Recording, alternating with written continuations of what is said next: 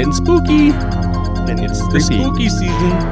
It's the best time of the year. It's the most wonderful time of the year. Halloween. Ding Yeah, dong, man. Ding dong. I've been binging the movies. I guess that's like my tradition in Halloween. Once October hits, you just go hard on the movies. Yeah, watching the creepy movies. Yeah, like all the ones you never seen, all the ones behind me. If you're watching the YouTube channel, trying to like finish them all off. Yeah, man. You got like what Bram Stoker's Dracula there. Yeah, I have a battlefield with over 1,000 impaled Ottoman Turks behind me. That's definitely up your alley. Because Vlad the Impaler impaled them. Yeah. Not you. Not me. Oh, okay. Yeah, no, I'm actually in a field, and I just have successfully impaled. This is your Halloween tradition, isn't it? This is real. Impaling the locals of any small town. This is real, Chris. Oh shit, too real. Shit got real. All right, well, we did a little shout out to our weird little listeners who, for some reason, keep listening to this show. This is awesome. Yeah, it is good. It's pretty good, actually. Probably better than any other podcast you guys listen to. It's the best fucking podcast on the net. There it is. And then you guys dumped a bunch of us movies on us. So I'm just going to run through the list. I already did it on the Instagram, but for those that didn't see that, we'll do the list. And these are also suggestions for people out there if you're like bored and want something to watch. Hit list. Yeah. And then we'll talk about the ones that we've seen because some of them we haven't seen. Hundy Thou Halloween hit list. We'll fix it in post. Yeah. Graphics. Sound effects. What do we got here? We got I don't have a list of the people that suggested these, so these are just the ones that were suggested. We got Jason X. You seen that one? That's a big no from Mark. We got Dead Heat. Yes. Which is like a buddy cop movie where one cop is dead and comes back to life. I haven't seen that one. Instant classic. Oh, and Jason X is about a classic movie villain, Jason, but in space. In space. Yeah. When all else fails, when a series has nowhere else to go, where do they go? Space. Wasn't there a Dracula in space too? There was. Probably Fast and the Furious, F9 in space. Just saying. What if they merged that and if the F9 guys had to fight Jason in space? Who do you think would win? Sick. Who do you think would win? I hope it's Jason. Yeah. Oh, I guess so. They can't die, right? Yeah. They can't die. Then we got one WNUF Halloween, which is I think it's like a fake news thing. I've never seen it. We got Ernest Scared Stupid, which I will never watch again, ever again. You and I watched that last year. Do you remember that? I will never watch that movie again. It's for children. We made a terrible mistake by shattering our nostalgia. Yeah, and trying to watch it again, and realizing that something that was ingrained in children's hearts 25 years ago or so. That's where it should stay. That's where it should stay. It just stayed 20 years ago. Keep that box locked in your heart and don't memories. revisit. Don't revisit. Not open that box. Whatever you do. Definitely a waste of our Halloween last year. Yeah. And then we got Pet Sematary, which is actually good. And we're talking about the original OG. Yeah. OG. Hey, no remakes. No remakes on here. No fucking remakes. Not a fucking remake to be seen. No fucking remakes. Just the OG, the original. That's the it. Source. That one is actually one of the most creepy. Has some of the creepiest scenes I've ever seen in a movie. Oh, it's fantastic. Yeah. And it has Freddie Gwynn. Don't go down that road. Yeah, that guy, whoever he is. There's a buried pet cemetery. There's a ghost down there on Maine in the countryside. Don't go down there. There's a particular scene in that movie where I guess there's like this old tale of like a sister that has kind of like health problems or something. And there's like a shot of her in this movie that is like one of the creepiest things on earth. Yeah, this is done. Go ahead. Sorry. Well, spoiler alert, because I mean the movie's fucking decades old. Deshar, who's the Star Trek woman who plays the mom? Yeah, I know you're talking about. She's from the first Star Trek Next Generation. Trekkie badge revoked. I forget her name, but it's something like that. She basically is traumatized because of her sister that she accidentally killed, who had like spinal bifida and was all fucked up in a bed, and she's like she's like trying to feed this person, and she chokes, and then the ghost comes back later because the fucking Wendigo in the Pet Cemetery like is like haunting her or trying to prevent her from coming back to because her husband is resurrecting the dead son. We're just getting straight into Pet Sematary. This movie fucking rules. 1989. Yeah. It's probably the most successful Stephen King adaptation of the book, I would say. It's I mean it is also, I think, on the list. Somebody personally sent me it. It is great. We can talk about that in a sec. Yeah. But Pet Sematary, for a film adaptation, for not only successfully, I think, taking Stephen King's book, but putting it in its own horror genre. Everything's there. The framework's there. I mean, the practical effects and special effects from the guy who did It, which is probably one of the greatest horror movies of all time. Definitely for special effects. Yeah. For special effects. And in general. Yeah. And it's no one suggested that to us. No. Nobody did. But that one is really good because, I mean, yeah. But anyways, Pet Sematary takes place in Maine, in the countryside, like most Stephen King movies do. This doctor moves his family up to Maine. His neighbor is his old Maine fisherman countryman who talks like this, you know? So basically their cat dies, and he's like, "Oh, come with me," and he takes him to this pet cemetery, and he's like, "Oh, but the real place." I just gotta say, the cat dies. So like when they first moved into this place, there's like a lot of setup of like big semis driving down this street. Yes. And being like, this is a big problem. These gigantic semis rip down the street without even barely slowing down or stopping. It's this idyllic countryside. It's this it's this crazy contrast because it's this beautiful countryside in like the Northeast states, and then just semi trucks just vroom, vroom, constantly just ripping. So you know, as a viewer, you know something's gonna happen. And then like the cat, of course, walks across, gets smoked by a semi. What do they got to do? They take her to the pet cemetery. But go ahead. I forgot to add, though, one of the creepiest scenes, even in the beginning, is where a ghost randomly, because he's a doctor, he tries to save this guy who got hit by, I think he got hit by a semi, like in a car crash, or there's a car crash. He tries to save this kid. The kid dies, and then the ghost visits him that night throughout the movie, but that night, and he's like, and it's very creepy. It's like a super creepy scene. He's like a zombie looking, kind of big, gigantic head wound, bleeding everywhere, like all. He follows the ghost to the grave, and it's just like, do not, under any circumstances, fuck with that pet cemetery. Like, if a ghost visits you and is like, come with me, I'm warning you. Do not fuck with that fucking pet cemetery. Peace. You listen to that advice. You should listen to the ghost. Buddy. I don't care if you're a doctor or not. Listen to the ghost. So the guy does it anyway. Puts the dumb cat in there. It returns, and at first it looks normal. It's like sort of like, oh, the cat's back and nothing's gone wrong. Awesome. But then, of course, the cat is evil because, like, it's like mean, and it smells. Like the kid's like, the cat smells, Daddy. It's freaking dead, man. It's like a zombie cat. Yeah, an angry zombie cat. He's probably mad that he's alive again. He's like, dude, I'm dead, dude. So the cat's around, which is fucked. Which is already like, it's fucked. This is mad spoilers too, just for anyone that's watched it, because I think we're going to talk about what happens next, or what? Yeah. So what happens? And then they talk more and more about the pet cemetery because of that. And so the guy reveals, he's like, "Oh yes, I buried my dog there too. My dog came out evil."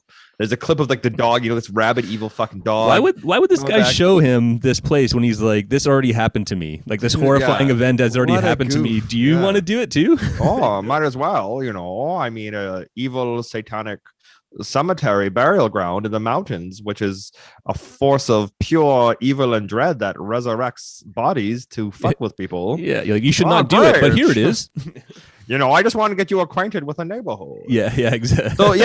So he's like, oh, just to let you know, my dog died, and then I brought him back, and then it came back and tried to kill me, so I had to kill it again.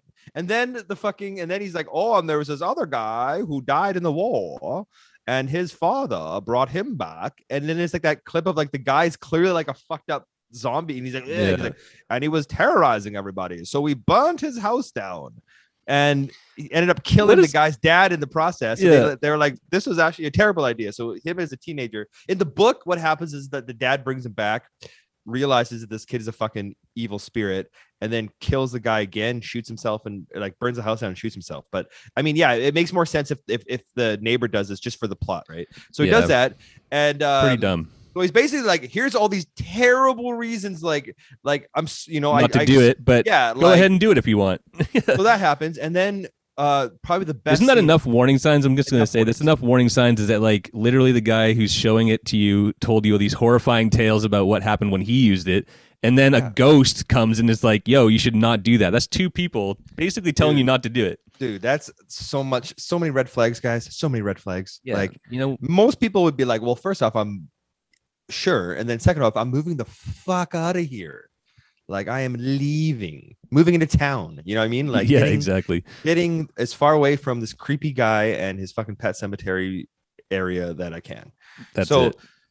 So that happens, and then probably the best part, or this is when this show really, because this is all this buildup, and it's actually, I think it's done very effectively. I mean, I don't know about if modern day people or people who like horrors, they want like all action or all, but then watch the fucking remake. It's a buildup, yeah. It's this they literally nice little, make a remake of this crap. Yeah. And so what happens is that they're having a beautiful picnic, and it's idyllic, right? They're having like what a beautiful day in Maine. Oh yes, and then they're having a picnic, and the 2-year-old son chases this kite. The kite escapes, and he chases the kite onto the fucking freeway. The father runs and falls down, doesn't get him in time. He fucking gets splattered by a semi-truck. Yeah. You know what? I think this is when the Ramones. Bonus, the truckers listening to Pet Sematary. That's awesome. This is when the movie should have transitioned to what the life of that truck driver was after the incident, and then his like his battle with depression and stuff after like accidentally killing the kid. It's just a new Stephen King baby killer. That's a fifth toddler run over on this road. Yeah, I really gotta change my career. Yeah, exactly. Yeah, that'd be great. Just go into this truck driver. He's just high on fucking speed, just being like, amphetamines. Yeah, babies just keep appearing on this one fucking road. Yeah. There's cats, there's babies, there's dogs. What is it with this road? What's up with this fucking road? Yeah, the curse of the haunted road. Yeah. That's the spinoff that we never got, that we deserve. Yeah, man. But yeah, and then obviously the mother goes, because the mother's like, I'm leaving. I'm traumatized because I killed my sister when I was a child. And so I'm leaving for a bit to go to my parents' house. And then this fucking doctor gets drunk and takes his son, digs up his son from a perfectly normal, not fucking evil cemetery, takes him to the fucking mountain, the evil one, buries him. Tell me you wouldn't do that though. Oh, you would do that. Yeah, for your son, even for Cricket, yo. Hate to bring up Cricket. I do that for Jonesy, yo. I do that for my cat. The thing is, though, yeah, Jonesy's evil. Yeah, but he was so good that he would just be normal. Like, he wouldn't even be evil. Like, he was such a good spirit. I'm shouting out my cat, y'all. Okay, that's love. Yeah. But I don't think so, man. I'm sorry. I think I don't think so. That's a scary thing. The grief, man. You gotta let things go. Sometimes death is better than life. That's the lesson of this movie. Dead is dead. Dead is better. So this dumbass kid comes back to life, and he's evil, obviously. Yeah. Dude, terrifyingly evil. The thing is, the guy doesn't even see him. The best part about that is, like, they did it so well because the kid doesn't even come back, and it's like, hello, daddy. It's like the guy passes out, and then he wakes, like, while he's fucking passed out, the kid comes out of the ground, comes back, takes the guy's scalpel, and him and the cat decide to go kill the fucking neighbor. And that's one of the that's a great team. Dream team. The dream team. Yeah. Very evil cute. Cat, evil kid. Yeah. Evil cat, evil kid. That should have been the spinoff. Yeah, no. They wander the earth and kill people. Well, there's a great terrifying scene where the neighbor is getting like tormented, basically, like in his house by this kid and this cat. Yeah, don't they do eventually brutally murdered? I think they do the Achilles heel cut. Yes. Well, he's wandering around. He's like, "What the fuck's going on?" And then this little hand with a scalpel appears on the bed and slices his heel, and then fucking stabs him, and this kid bites his fucking throat out. Yeah. Oh, it's so creepy. And then there's like a supernatural, like, then the wife comes back, because this whole time this good spirit too that appeared is trying to warn the wife.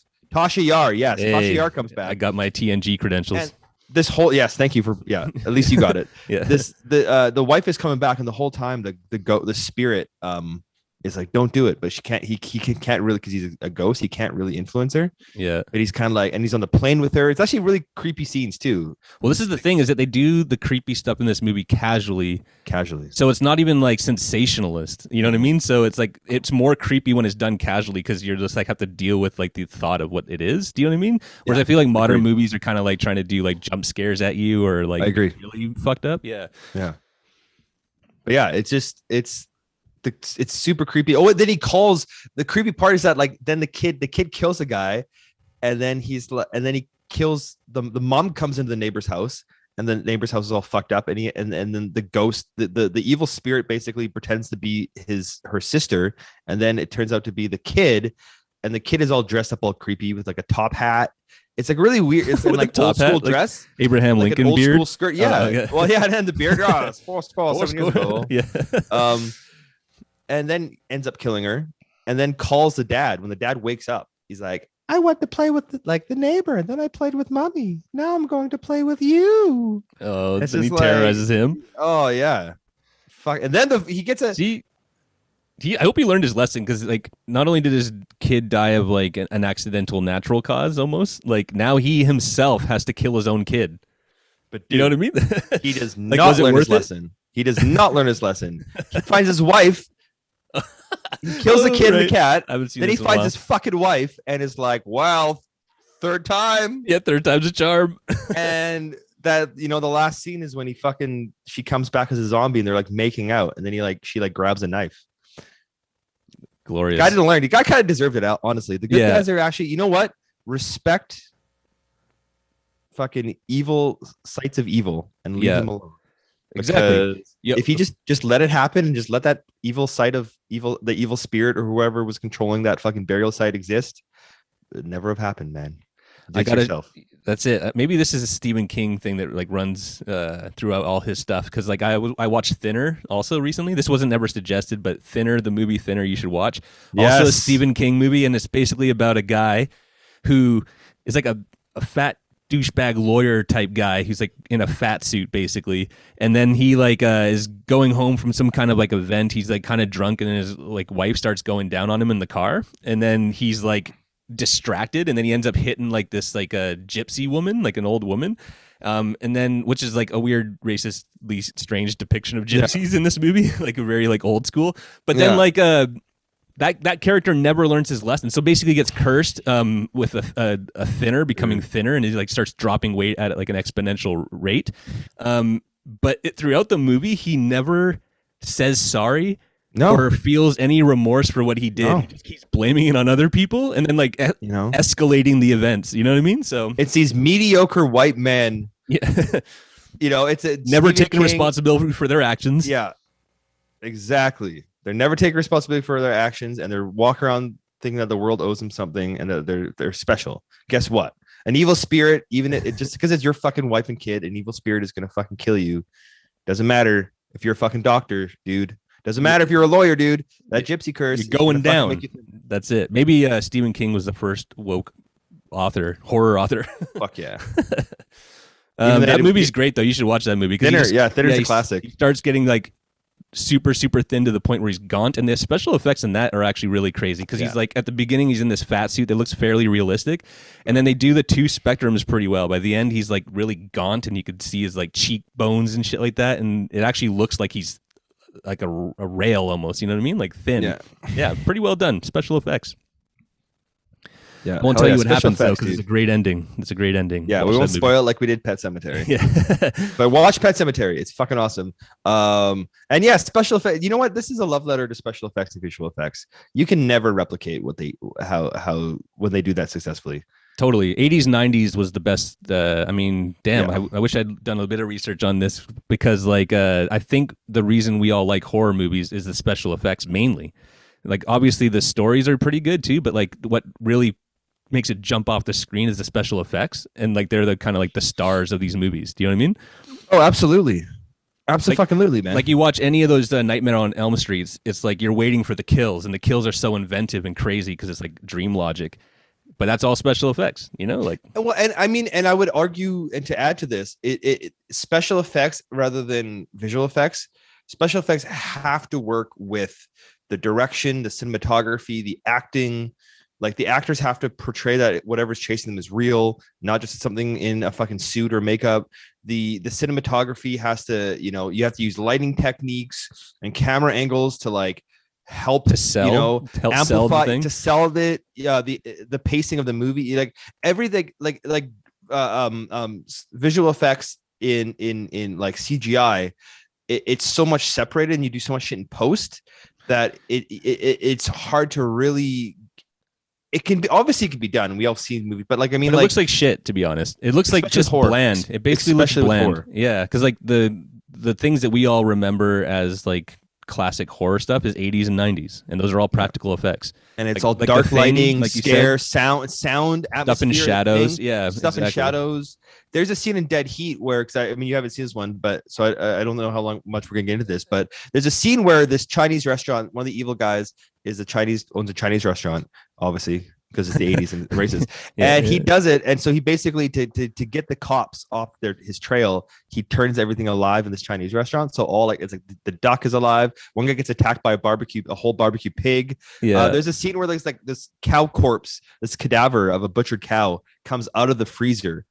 And it's an actor in a suit, and he's like walking, and like, but it's just like, looks good. That's the thing; those things still look good. It looks better than just like a generic CGI monster running out at you, and it's like the actor's barely interacting with it. You know what I mean? Yeah, never good, man. No, it's never true. Good.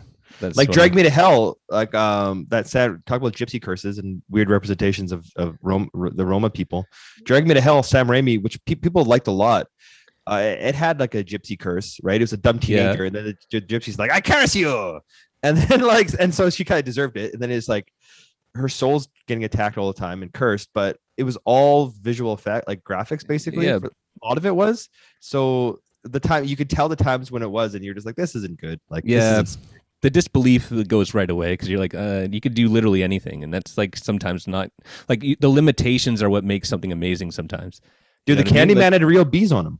Yeah, exactly. Candyman had real bees. Jesus Christ, Candyman. He got stung a bunch. He made like thousands and thousands of dollars because he got like five or 10 grand every time he got stung by a bee, and he got stung like 10 times. Jesus Christ, really? That's like one of the best like scary horror movies. If you haven't seen that, you should check that out because it's actually just legitimately creepy and horrifying. Because like Clive Barker is more like that style. Yeah, like Clive Barker, the horror writer, he did like Hellraiser as well, and like the first Hellraiser and that one, they're not like exactly like your classic horror movies where it's like one monster killing a bunch of people. It's more just like the situation is like just creepy and disturbing. You know what I mean? Yeah. It's like almost muted. It's kind of like quiet and calm, but it's like disturbing. The idea. That's horror. Yeah.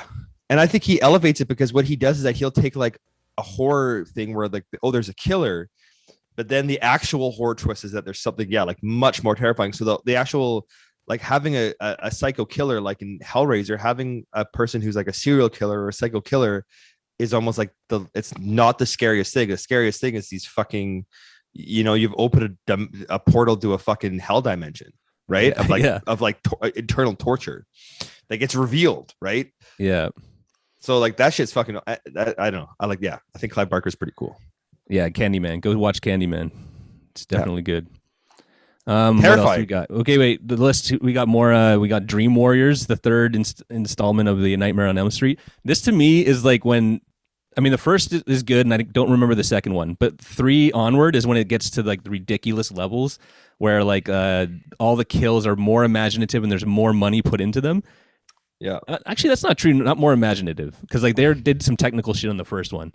On the first one, like that pool of blood coming out. Yeah, that thing. Bed. Yeah. Man, I was watching like a documentary on that, and that whole room was like they could rotate the entire room, like for that shot. So like that shot is actually upside down, and they just like had like bunch of gallons of blood on the top of it, and then like a big hose basically. They just like poured it all through. Yeah, yeah. So cool. And then it like filled up so much that they like lost control of the room. Like, cause like the water, like, like knocked off the balance of the room. So it was like spilling everywhere and like sparks were flying and shit. And they're just like, we're like, get the fuck out of here. Yeah. That's crazy. Yeah. Special effects. I'm telling you. Special effects, makeup shit's- effects, that kind of visual effect. That's the shit, man. That is It the has shit. like the lasting impact. The stuff that you really remember is like that kind of stuff for the most part. Yeah. Sometimes the story. I mean, I think the horror movies that are effective nowadays are the horror movies that, they focus on the pacing, the writing, the dread, and the visual, like the actual special effects, but it's almost just like they're not pumping you full of like CGI horror. It's mainly they're just super well shot, and it's the entire movie is scary. Like that's a perfect segue into It Follows. Exactly. Because that's exactly what that movie is. That like does dread like so perfectly. There's that one scene, if you haven't seen it, this won't ruin anything, but there's like a grandma like way in the distance in the background of the shot, and it's just like walking. I guess maybe I should tell you the premise of the movie if you've never seen it. But it's basically like people have sex, and then they pass on this weird curse where this thing follows them endlessly till they kill them. Yeah. And they work their way down the line of people that had sex and passed on the curse. So if you have sex, something that with only the cursed you can person, see, with the cursed person, something only you can see. That could be somebody it could be somebody completely random. Changes forms, just slowly walking towards you to mangle you, like horrifically kill you. Yeah. It changes forms. It's just like, and it's obviously teenagers, a teenage girl. It happens to her. Yeah. So her and her friends are trying to fight it, and it takes place in kind of this suburban Detroit that's very like it's classic, like 70s classic style. Detroit, Small classic, town. Midwest, but Detroit. And so you see they do really good shots. The cinematography is like amazing. Everything is very subdued. Even the lighting, even during the day, the lighting is very muted. It's kind of like by like I wouldn't say twee, but like by like basically like a indie film director that makes like little romantic sweet comedies, but then this is like his like horror movie, so it has a bit of that feeling but like with way more horror added to it, and it looks great. So like in this shot, this is a good example of the dread. It's like they've already discovered what's happening and now they're discussing what to do about it, and then they're at the school, and then far in the distance you just see this like woman in I think it's like a hospital gown just sort of walking towards them from way in the past. They don't even put any emphasis on it, so you don't even notice it really. It's just out of the corner of your eye.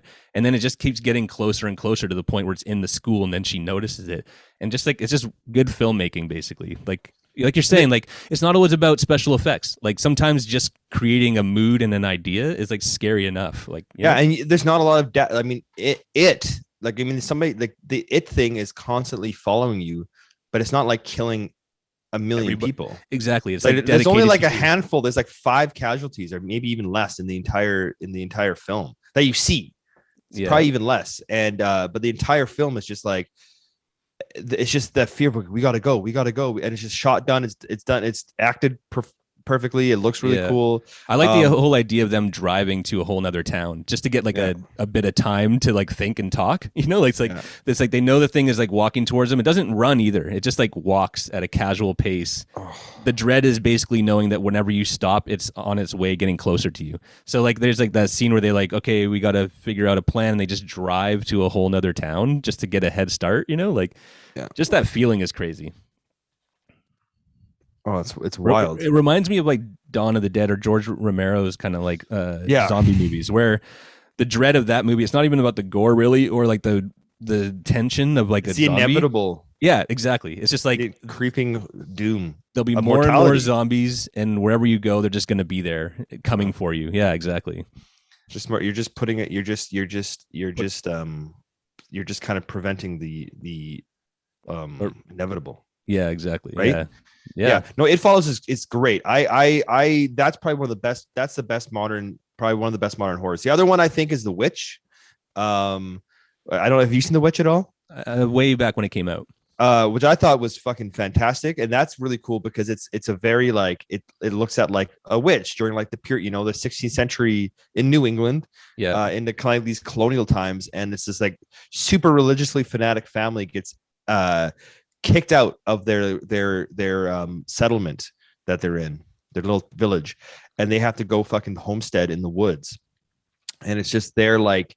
And they can't really do it, right? Because it's like they're fucking Christian puritanical people from England, so they don't really know how to survive in like, so they're struggling upstate New York. Yeah. So they're struggling, but they're also struggling with their inner convictions, and their choices, and the idea of a witch being around is like for every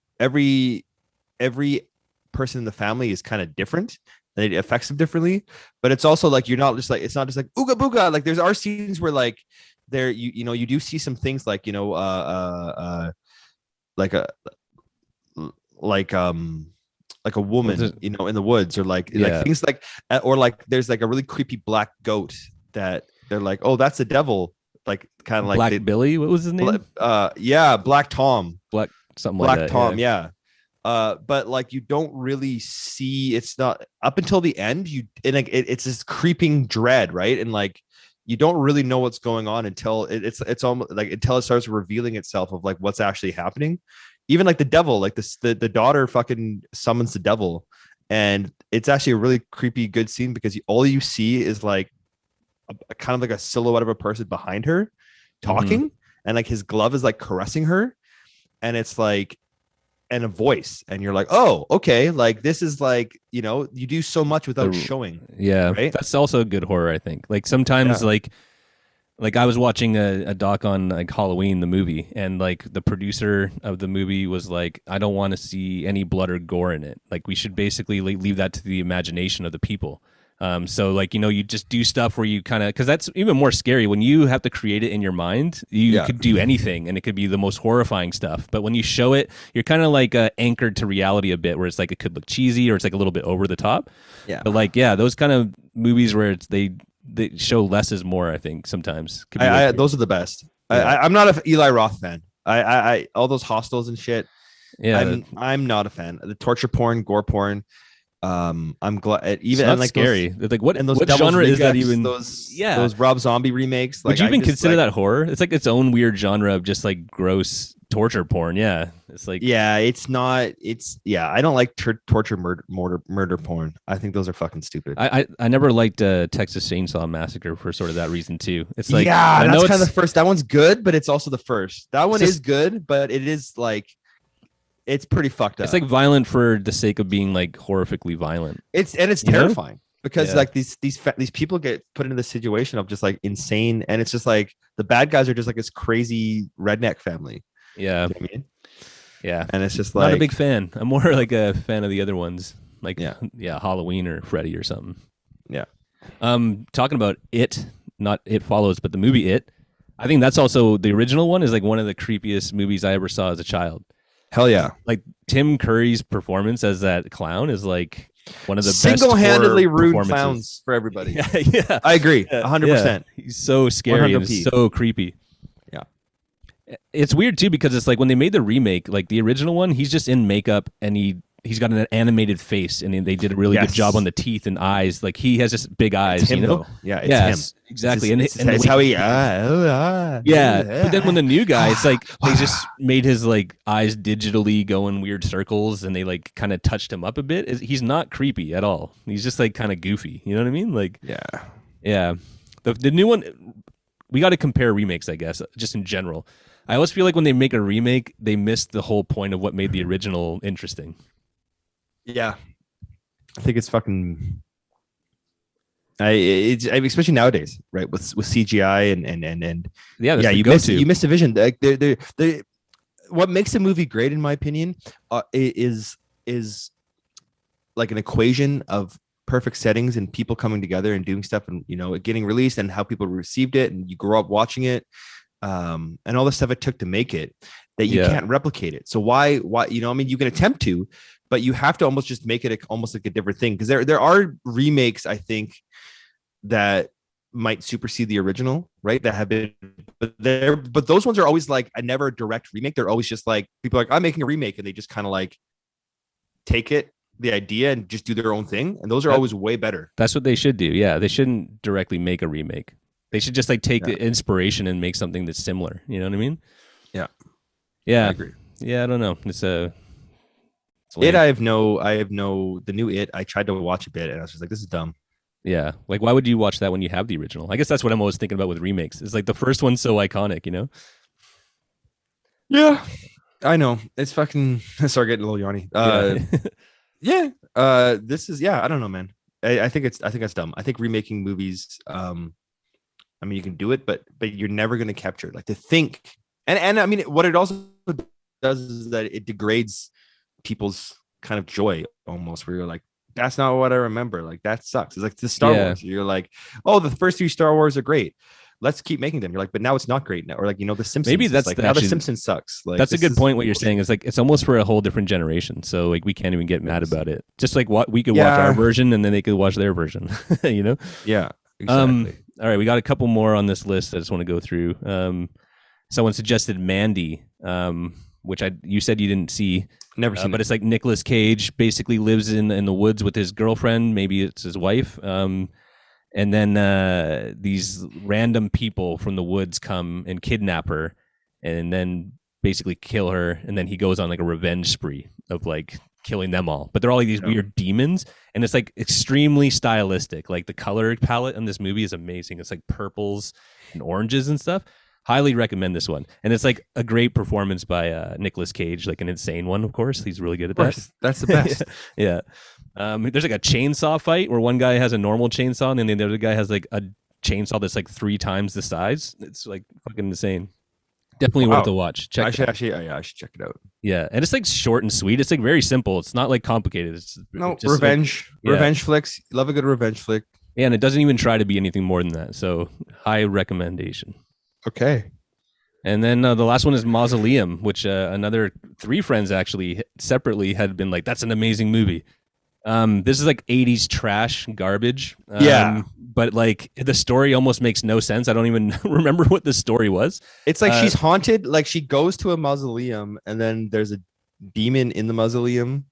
Yeah, and then she gets curses her. Yeah, like possesses her as a child, but then it sort of like jumps into the future, I think, and then she's like a full-grown adult, and then she basically is like luring men into the house with like showing her cleavage and stuff, and the guys are like, "Oh yeah, I'll come inside." Yeah, like and gardeners and shit. Yeah, exactly. And then when they come inside, she like her eyes glow green, and then she like basically murders. She turns into a demon and then murders them. And at one point, she like murders her own like boyfriend or husband. I can't even remember what he was. Yeah, the husband. But by basically hugging him. Did you watch this? Bits of it, yeah. Okay, but then so like then hugs him, and then she has like little demon titties that like had like shoes through his chest. So like she's hugging him tightly, and he just like screams, and you're like, "Yo, what's going on?" And then he falls back, and his entire rib cage is showing, and he's like dead. And then it like cuts to like her body, and then she her each tit is like a demon's head with a mouth and shit, and then he basically just devoured him. It's like twisted. The special effects and the color palettes on that are amazing. Yeah, lots of greens. Lighting. Yeah, lots of greens and dark blues. Yeah, kind of what you think of like classic horror lighting. Yeah, exactly. Like almost like Dario Argento style, like Suspiria or something, like the original Suspiria. Yeah, like just gorgeous colors. Definitely worth a watch. Mausoleum. Check acting is fucking dog hilarious, but I mean, like if you can sit through it, the acting is god awful, but it almost makes it funnier, right? Yeah. Well, when I was watching that, I was like, why do I like these 80s pieces of trash? Like they're basically like people who somehow wrangled money together and then made a movie but didn't know what they were doing. Oh, that's great. But they dumped so much money into like this practical effects that they actually become kind of like B-movie classics, basically. You know, like yeah, like all their money and movie goes into making the. Yeah, they're like DIY filmmakers basically, and making these classic like weird things that we still enjoy to this day. So yeah, shout out to them. Shout out to all you B-movie people. Well, here's a question. Yeah, when did cinematography and because I mean Pet Sematary I think is well done. Yeah, that had money. That's Stephen King. Yeah. There's like a difference, I guess. Yeah, sometimes these people are like self-financed pieces of shit, and then some are like kind of Hollywood stuff. Like is for Hollywood. Well, and the thing is, I think the people like, I don't think there was a market. Like, I think the people that were passionate about making horror films for the most part, like weren't the top tier cinematographers and stuff. Do you mean it was very niche? So I think that like now everybody's grown up on it. So now you can have something like It Follows, or, you know what I mean? These movies that look great because we have decades and decades. We have a rich library and basically an instruction manual. Yeah, on how to make these films. And these people, like if you think about Friday the 13th, Nightmare on Elm Street, and Halloween, like 3 of the biggest franchises, they were all low budget pieces of shit. The first ones, like they were barely made and like low budget and made by like almost complete amateurs. Yeah. But now that like you're saying, that laid the blueprint. Evil Dead. All Evil these, Dead. yeah, exactly. Now all these people that are making movies now, like It Follows, they're all influenced by these movies. So it's like they learn from these people who are basically low budget DIY filmmakers. You know, like a lot of those movies were made on like shoestring budgets and then made like millions. Like they just became hits because of what they were, you know? Yeah. That's actually really cool. Blair Witch is one of the ones that did that, right? Yeah, yeah, Hate it or love it. I mean, those guys did like they were the guys who did the camcorder horror. Yeah. That became a whole, like, you know, Rec, whole like genre in the itself. Spanish ones. Oh yeah, I wanted REC? to mention Rec actually, because Rec, if you've never seen this one, I think it is from Spain, I think. Yeah, it's basically, it's like a REC, Rec, like record, guys. That's what it means. And it's like a found footage kind of movie. This is actually one of the best like found footage horror movies ever made. So it's like this woman's a reporter at like the fire station, kind of just doing your average like, hey, we're out there like talking to our firefighters, and then they get called into a building.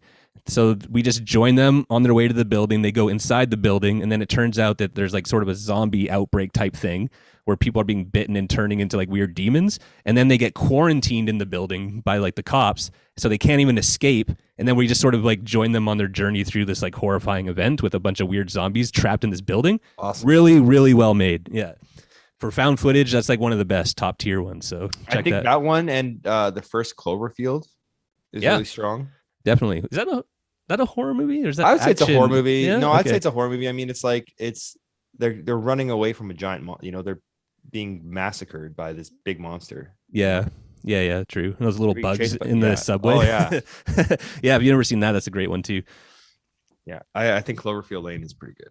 Or Cloverfield Lane is also really good. That kind of takes it to a whole nother like aspect psychological horror. Psychological horror. Yeah, man, like just endless good movies, I guess. Halloween's like that time. Halloween's the time. Day of the Dead, man. You watch The Fly. Watch. I mean, there's so many good ones.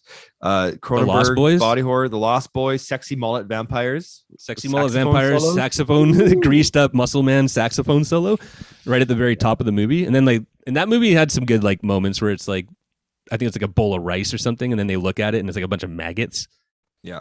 It's fucking gross. There's some good ones. There's, honestly, like Halloween and horror, and like I love like the macabre and the scary, and like the, I think if for more spiritual or more religious people, like the actual physical and or like real manifestation of like ideas of evil and death, spirits.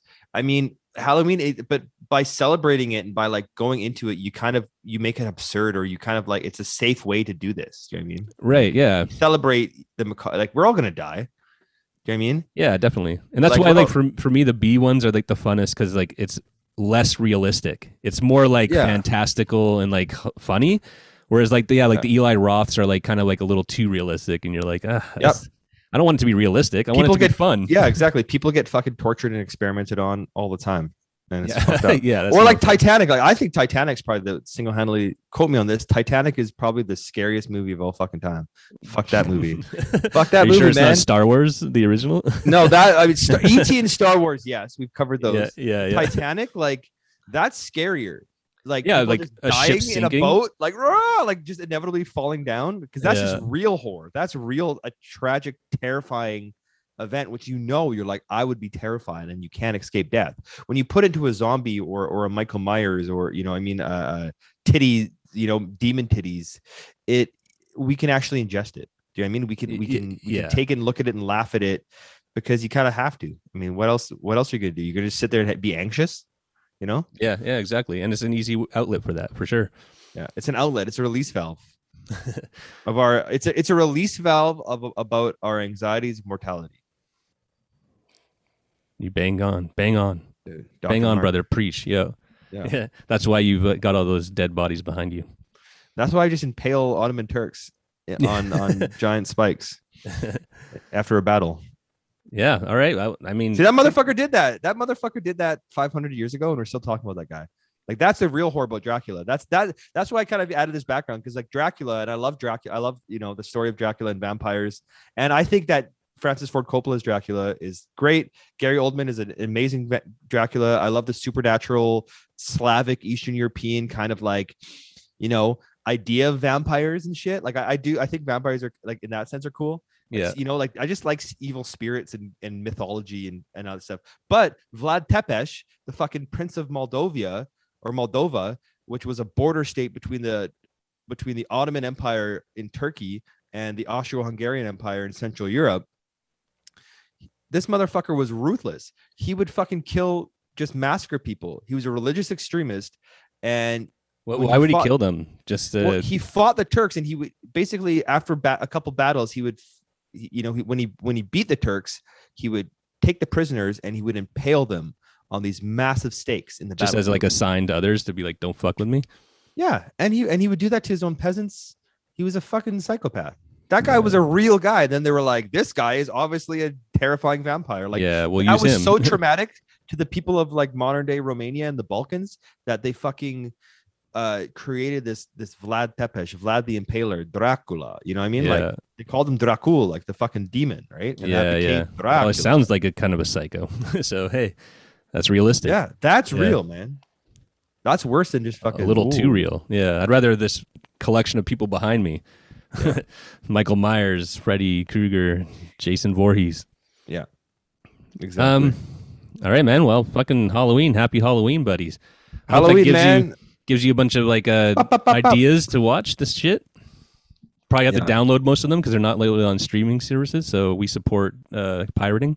But for now, just enjoy all those movies. Enjoy yourself. Yes. Maybe go trick or treating. Keep that shit alive. Keep that shit alive. We didn't even capture that. Jack-o'-lanterns, trick or treating. Shit's cool. We never even talked about this shit. No, I know we just talk about movies because that's what. Talk about movies because we're fucking nerds. But hey, man, trick or treating's cool. Dress up. Dress up. Yes, high support. Cool shit. Get out there and enjoy it. Keep the goddamn spirit alive. Listen to the Goosebumps theme song on repeat. The intro. Yeah, good times. All right. Peace out. All right.